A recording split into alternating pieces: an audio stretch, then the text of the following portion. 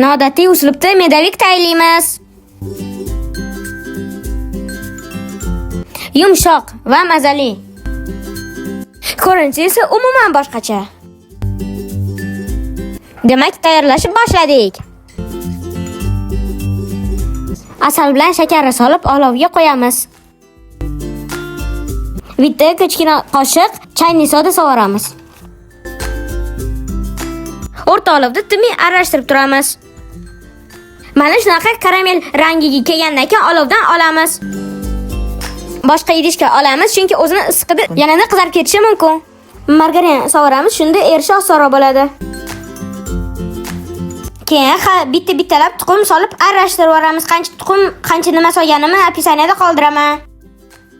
Uni elab sovuramiz. Yarim choy qoshiq razрешитель soldim. Mana xamirimiz tayyor, mana shunaqa bo'lishi kerak, suylig'i.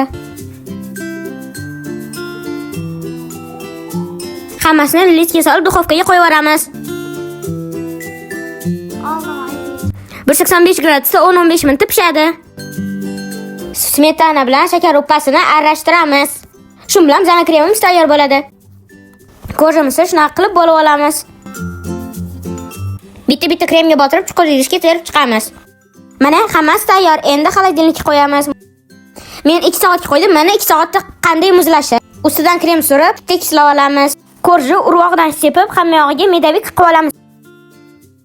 Mana bizani yangi retseptli medovikimiz tayyor. Juda mazali, ozilada eriydi.